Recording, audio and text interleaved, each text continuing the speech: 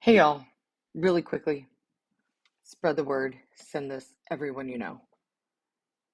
To our 6 old faithful subscribers. Make your family subscribe. Just turn off notifications. We're trying to change platforms to YouTube Live. We want to do it live because we're a little bit over the fakeness of AI. And we want you guys to see us fail in real time and, just face plant like we normally do. It's cool. We have a barrier to entry though, and that is 50 subscribers on our YouTube channel. We're at 35. Send, share, just click. Link will be in show notes. Thank you kindly.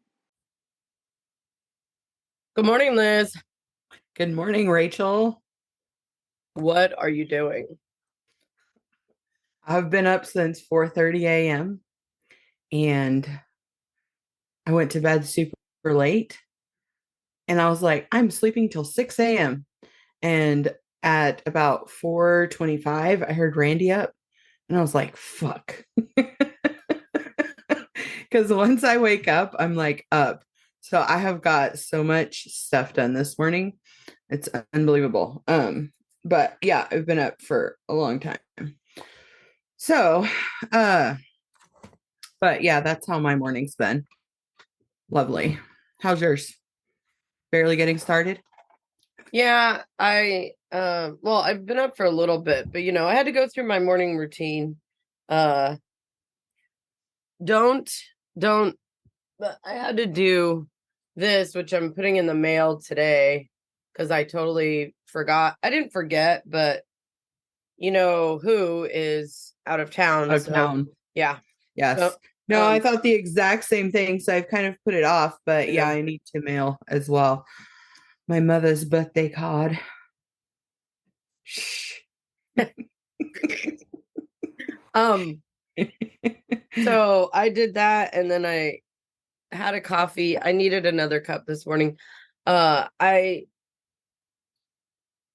really need to start trying to get 8 hours of sleep. I think that that's like the only, but it's so freaking hard, dude, because You got to go to bed at 9:30 or 10. That's like the thing. well, I know, but if you go to bed at 10 and you're up at 5, that's 7 hours. Okay. So I think 7 hours is fine for me because that's about what I average.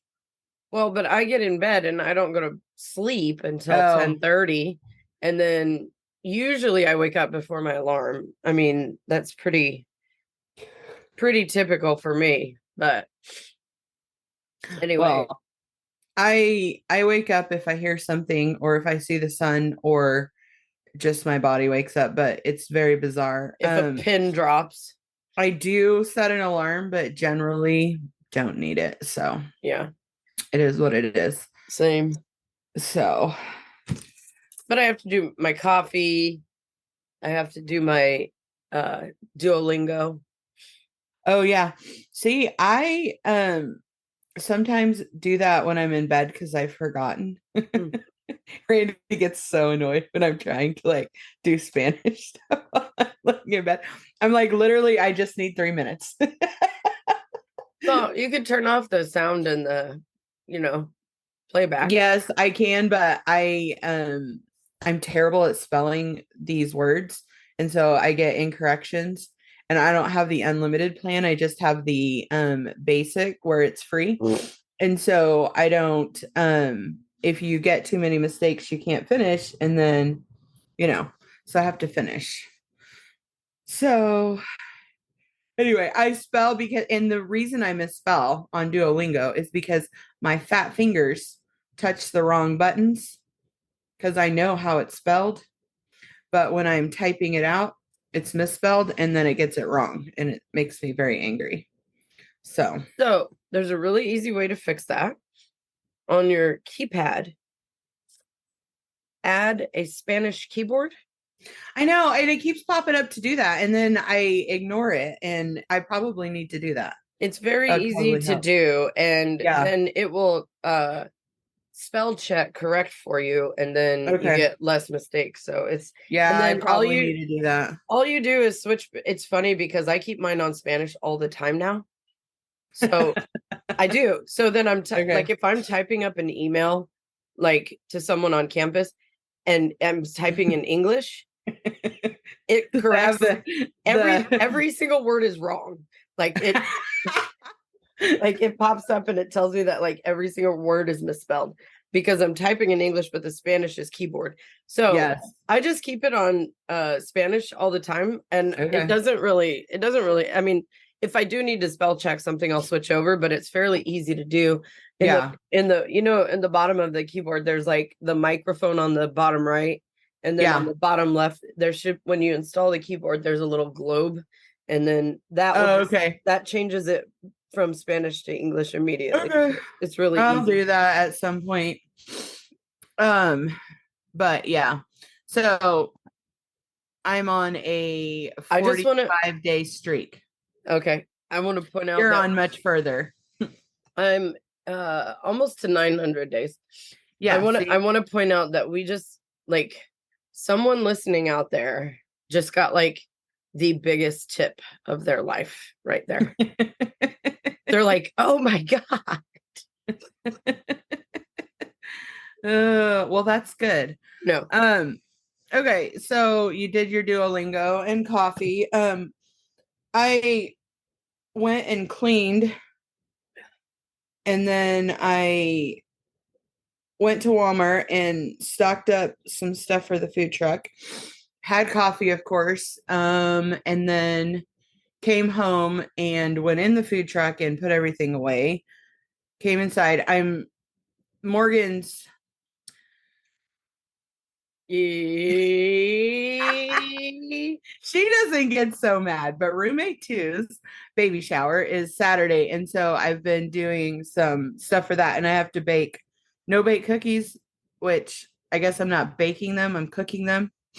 And I have to make a couple other things, and so basically I went and got the stuff for that, and yeah. So today I have a super long day of work, and so had to get stuff done this morning, so I got quite a bit done. Anyway. Cool. So we were gonna start on our podcast. This is our new bit.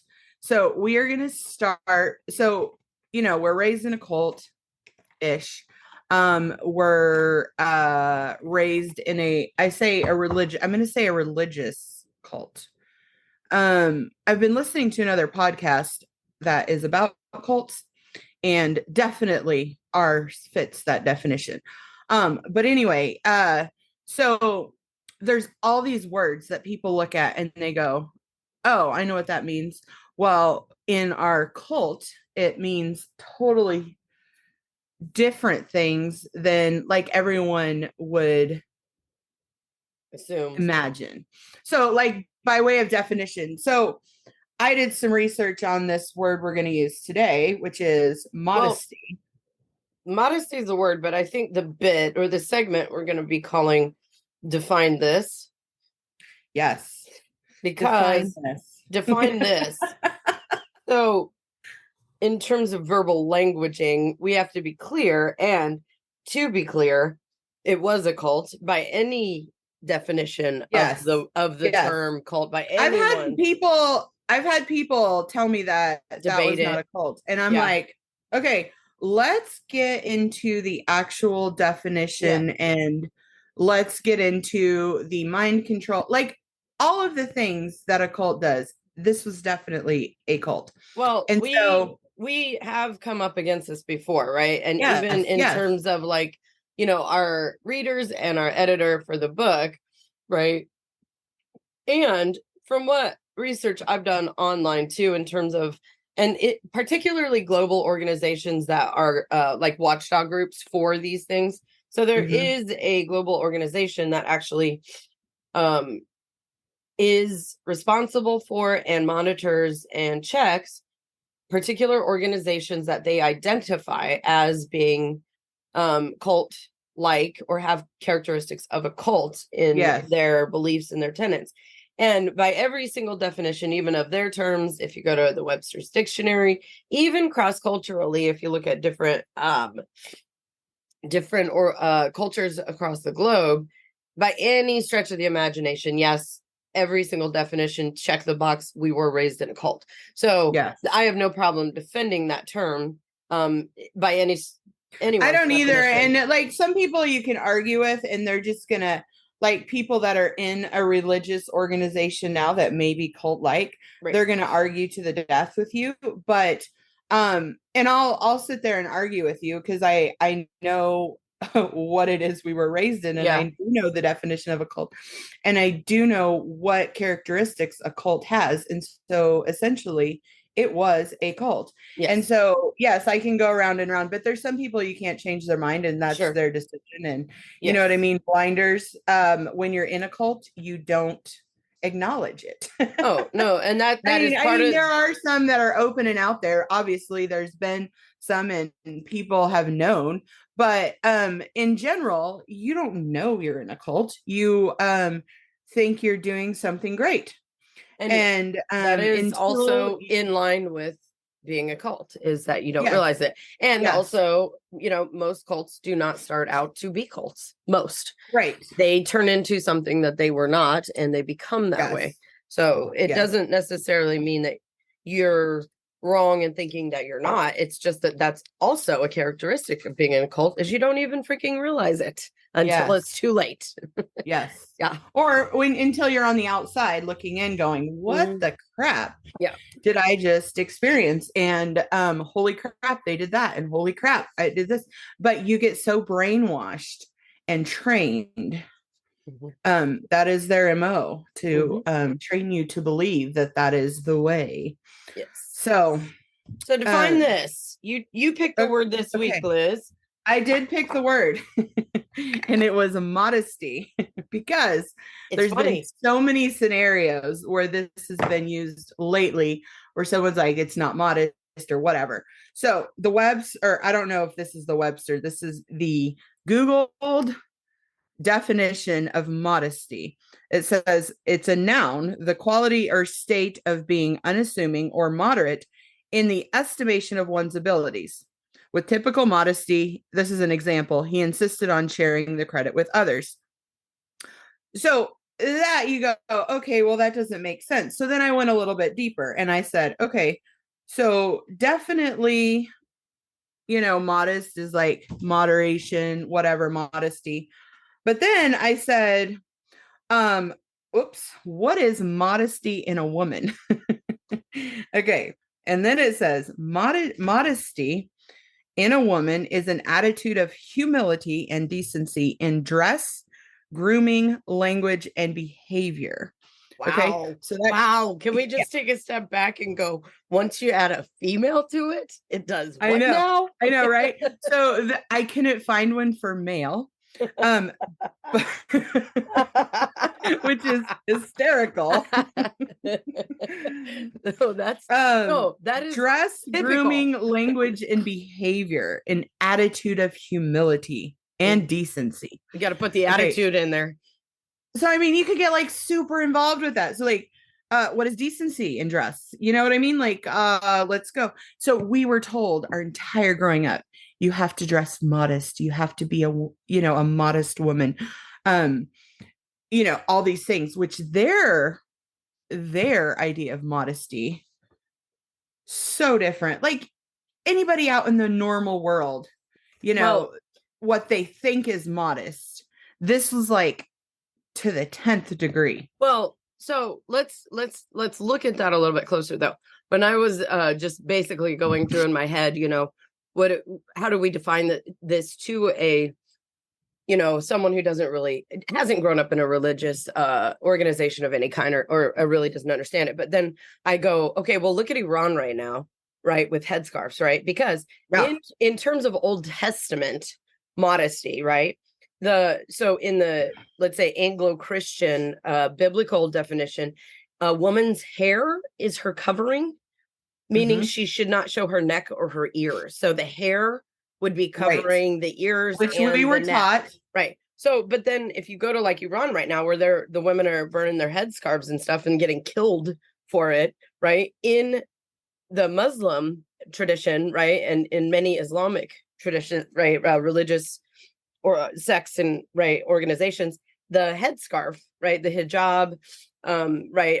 Many of those in our Middle Eastern religious sects and groups, the headscarf is it. And some of them to the point where only their eyes show. Yes. Right. And some Right. of them where they just have to have the scarf on when they're, outside or when they're in the presence of other men, right? Where the scarf is a representation of hair. But to go farther in that idea of hair being the covering, in those type of religions, the scarf is meant to not show the hair because the hair is the covering, and that must be protected from other men's gaze. Yes. So again, it's all feminine, right? Based. Right. So all of this has to do with the male's version of modesty in a female. Mm-hmm. Absolutely none of it has anything to do with what a woman thinks is modest. It's the male's definition of what a woman is that is modest. Mm-hmm. Because you wouldn't want to wear anything to, right. So, in this dive I was doing, it says some examples of modesty would be what you just said. Women, some societies, modesty may involve women covering their bodies completely and not talking to men who are not immediate family members. So that is like covering their bodies completely, though, which I think is what you mean by like the scarf and the covering, and right. There's different versions. You can see is the eyes. Yeah, there's different versions. The chador. There's all different words for it in different languages, and then also different versions of how much should be covered. Right. Right. I want to say Dubai. When we were in Dubai, that's and even in Dubai, it was there were some religious sects that even the men covered up to, like pretty much almost everything, and the women had like just the eyes, and even some of the men had full light coverings over their body. So it's not across the board female, but for the most part it's directed at females, absolutely, for the male gaze, right? So that you're in somehow or some version protecting your, which brings the question. How awful are these men? Right. Like, why aren't men taught to respect women? Right. Instead of women having to modify their cover or modify the way they look, why aren't men taught to respect women? To modify the way they behave in general. Yeah. For instance, like when my kids were in school, you were not allowed to wear a tank top because it could show a bra strap, and a boy might be attracted to that. And I'm thinking, well, why don't you teach the boys to keep it in their pants? Yeah. Like, why are girls, and this is a public school, mind you, why are boys like protected and girls are the ones that are like penalized because the boys are assholes? I literally constantly contemplated this stuff. You couldn't wear yoga pants because they might be too tight. I'm like, really? Like, we all have legs. Hopefully. Some are more attractive than others, but it is mind-blowing to me that it was all because so the boys wouldn't be tempted. And I'm like, no, teach the boys to have some freaking respect. Right. Like, oh my gosh, like, why is this even a thing? No. And going back to, and you have tons of stories like that, I know, but my gosh, going back to like our upbringing too, it was all the same way. So it was exactly the same. It was like, you can't dress in a way that would tempt or seduce a man. If you did so, you were considered a whore, Jezebel, whatever. You were actively seducing someone by dressing a certain way, which is exactly what rape culture is right now. It's the exact same thing where you blame the victim, right? She was, you got raped because you were wearing such and such, or you were walking this way or acting this way. And it's like, no. That is, we can see right through that, guys. And it's actually, you're just a predator right? And Yeah. you're victimizing and exercising your domination over a woman and then blaming her for your lack Right. of decency and respect, Mhm. and Absolutely. that has nothing to do with how a woman dresses or acts or anything. If you can't respect her, then it's your freaking fault, not hers. Absolutely. And this is the case too, and I feel like it overlaps in so many areas. Like if we think about the homophobia that is in religion was in ours, right? While in fact there was probably a lot of homosexual behaviors and Sure. personalities that were just masking it in Yes. in their homophobic Right. words and actions and all of that. Same idea. It's like, oh, well, you're hypersexualizing women, therefore you're the issue, not the woman, right? Yes. You're making them an object of sexuality, and therefore you're making that an issue for the woman, rather than understanding that it's your behaviors and your desires that you need to curb, not the woman's expression of her femininity, right? By how she dresses. And and it's also that same idea of like puritanical virginity and keeping the female for the man as if it's a prize to be won. Right. Which is also in that same sort of like modesty and one woman for one man, don't have sex before you're married, keep yourself clean. It's just this really disgusting way of looking at what's wrong with male culture. Well, I would definitely have to agree with that. I definitely, I mean, everybody has their version of what's, I'm going to say, appropriate and not appropriate. Shout out brings up a really funny, if you know, you know. Thing. If you know, you know. I've got my little appropriate sign here. Appropriate, not appropriate. Okay. When we were in George Washington at the Dave Matthews weekend, we had Liz, this has been going on for years, by the way. Yes. Well, okay. I realize that, but this is my first time experiencing this. But we had these little placards that you hold up and say appropriate or not appropriate. And there's little definitions under it. And then anyway. And you also have funny. So you have two signs. Yes. One is appropriate and not appropriate. So on one side, you flip appropriate, it. Not appropriate. Yeah. And then the other sign that you have is okay or not okay.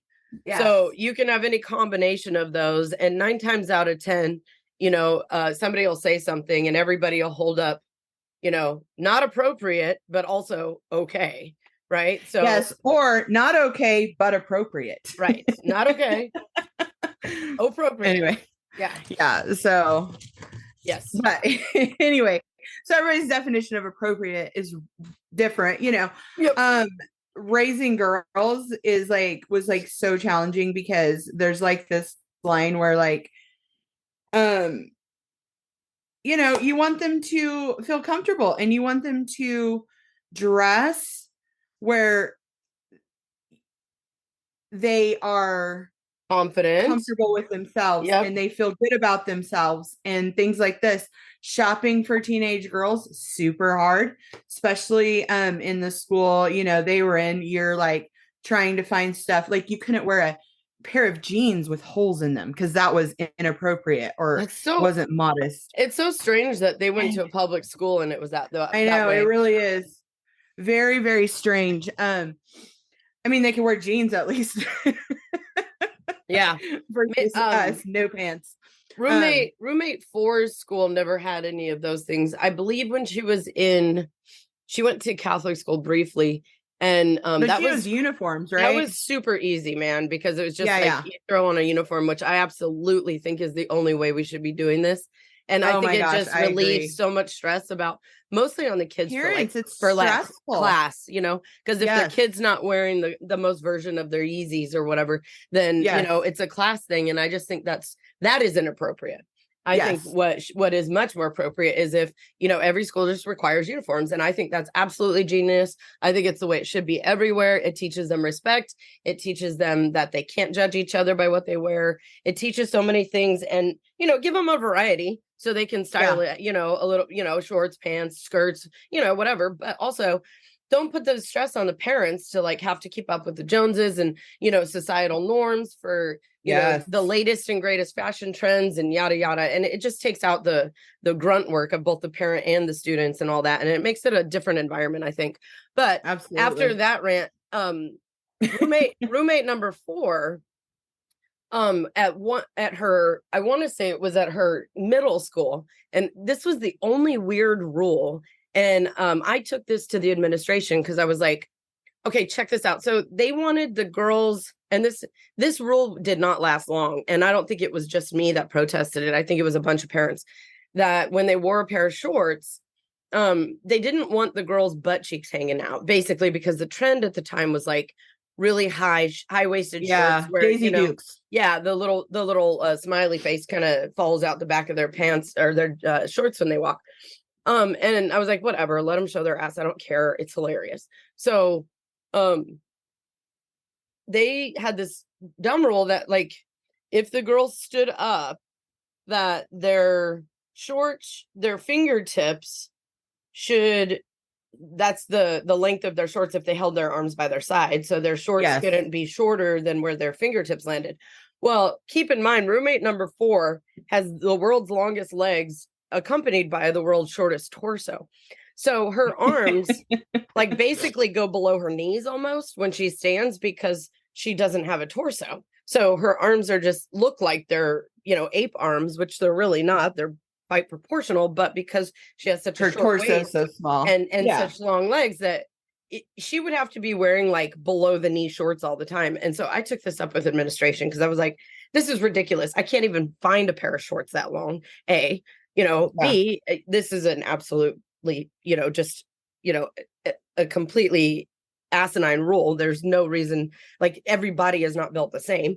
And therefore, it's just, I'm not going to make her change, and don't send her home because I'm not going to have her change her clothes. So, and that went away really quickly, but that was the only one. And I was just like, this is stupid, guys. You guys are being, just complete idiots about the whole entire situation. Right.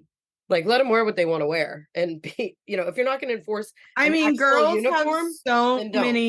girls have so many insecurities already. Yes. Yeah, they're built in. So you've got like, you're worried about everything as a female, and young girls especially, and so if you feel good in it, wear it. Like, why is that a problem? Yeah. I just, it was mind blowing, some of the dumb rules in the public school, just to be quite honest. And we went to battle several times. Oh yeah. Oh yeah. Oh yeah. Oh yeah. It's silly and it's stupid, and we should be teaching people to respect people. I mean, if you're walking around naked, like, who cares? You know what I mean? You should not want to sexually attack somebody because of what they're wearing. Right. That should not be a thing. That's a you problem, not a they problem. Yes, absolutely. Absolutely. We had this guy when I started teaching in San Francisco. I would get on the BART and go to the city twice. I think it was like Tuesday, Thursday. And San Francisco has a law where you can just be naked and it's not public indecency or anything. And I would get off the BART train at Embarcadero. It's like the first or second stop, I think, when you come over the bay. And like clockwork, there was a guy driving by on his bike naked. every single time I got off the BART, and it made my day. I just loved it, but I also was like worried about his junk. I'm like, how do you ride him? How's that comfortable? Like, do you have extra padding under there? I mean, logistically speaking, I was like, how is this happening? And I was like, more power to you, and I wanted to like cheer him on every time I saw him, but also, how's your junk doing, buddy? Like, are your little boys okay under there? Oh my goodness. I mean, and I feel like more of us should just be that way. Like, okay, Well, I mean, great. It's not as if all of us don't have bodies, and it's not as The if all same of body us parts. don't have, females, some developed mammary glands, and, Yes. guys have external genitalia. Nobody's debating that, right? But yet we're debating how we choose to cover it. Exactly. Like, who's making these decisions? And 9 times, Yes. it's the males who have tendencies to do stuff like that and be, violent and be predatory on women. And it's like, well, again, that's a you problem, Yes. not an us problem. Oh. All right. Well, that was our first little dive into our define. Yeah, you wanna hear my last thing on it? Yes, please. So this could also go down a hole, but um, as I'm looking through this, there's this question that pops up and it said, why does God want us to dress modestly? Sure. So here we go.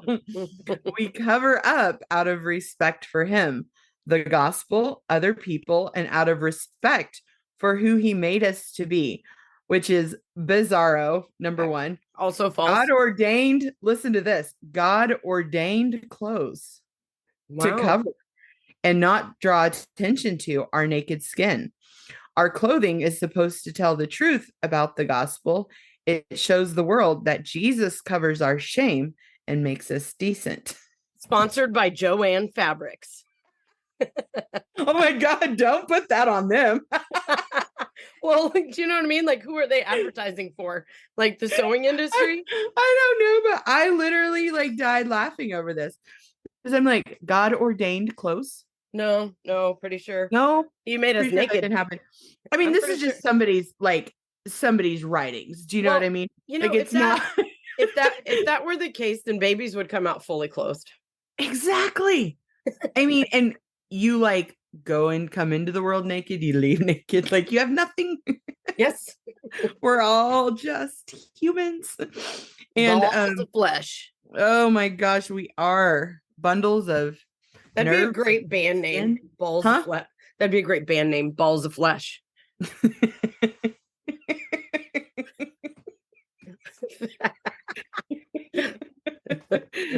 Coming soon. Album drops Monday. To a venue near you. Oh my gosh. Oh, so I mean, that's a whole nother thing you could get into, but I just this is what we were the what I just read is similar to what the cult believed, right? Sure. Yeah. So, and that, if you just take it at face value without considering, the ideology behind it or where it comes from and why it comes, right. If we just go, okay, we know we come into the world naked, how that, and then what religion or a lot of these tenets and ideas and beliefs are saying is that your human form is not good as is. You must add something man-made to that to make it acceptable to your deity. And that in and of itself assumes that deity was wrong in forming you the way you came. Right. So that is oppositional to itself. Right. Because it can cover up flaws. So me personally, I would not choose to walk around nude, but if somebody does, it should not make you cringe, more or less sexually attracted to them. As far as, well, it certainly should, because that's how we're made, but it shouldn't. We are, yes, you are sexually attracted to who you're sexually attracted to, but and yes, parts of bodies are more attractive than others, things like this, but it shouldn't make you want to assault that person, right? Or cause some sort of, shouldn't have any bearing on how you treat that person, in terms of respecting them as a human and as an individual. Yeah. So we're on the same page there. It's just It was an interesting word. I was like, we're going there first. Yeah. Well, it's in also our funny. define this. Yeah, it's also funny because if you just look at it on its bare face, it's like, well, we're adding something to a form that's already quote unquote perfect in the eyes of God. So don't blame it on God that you're wearing clothes. You know, if Right. anything, God wants us all to walk around naked, and it's your ideas, you know, man's ideas that you want to cover shit up. So, okay. Very dichotomous in those beliefs there, or how they're framing it, right?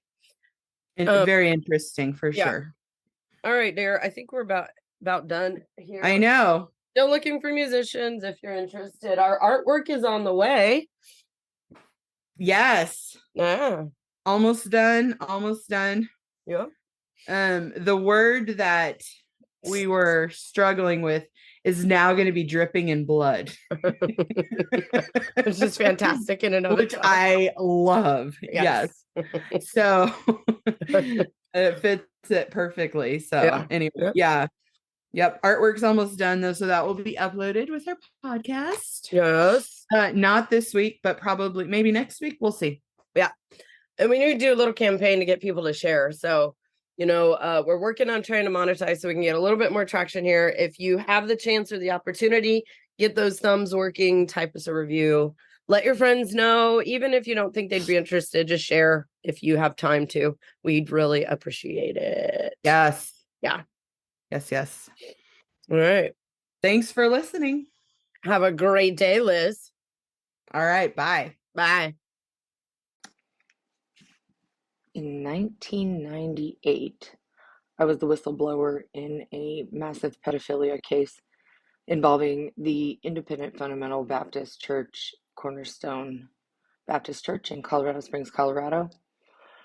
I was the lead key witness in a case that took down an entire network of child abusers. Charles D. Miller was sent to prison, and this was prior to the statute of limitations law being lifted in Colorado.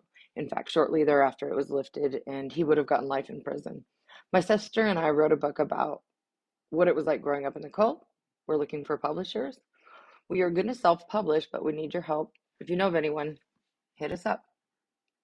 Contact info is in the show notes. Thank you kindly.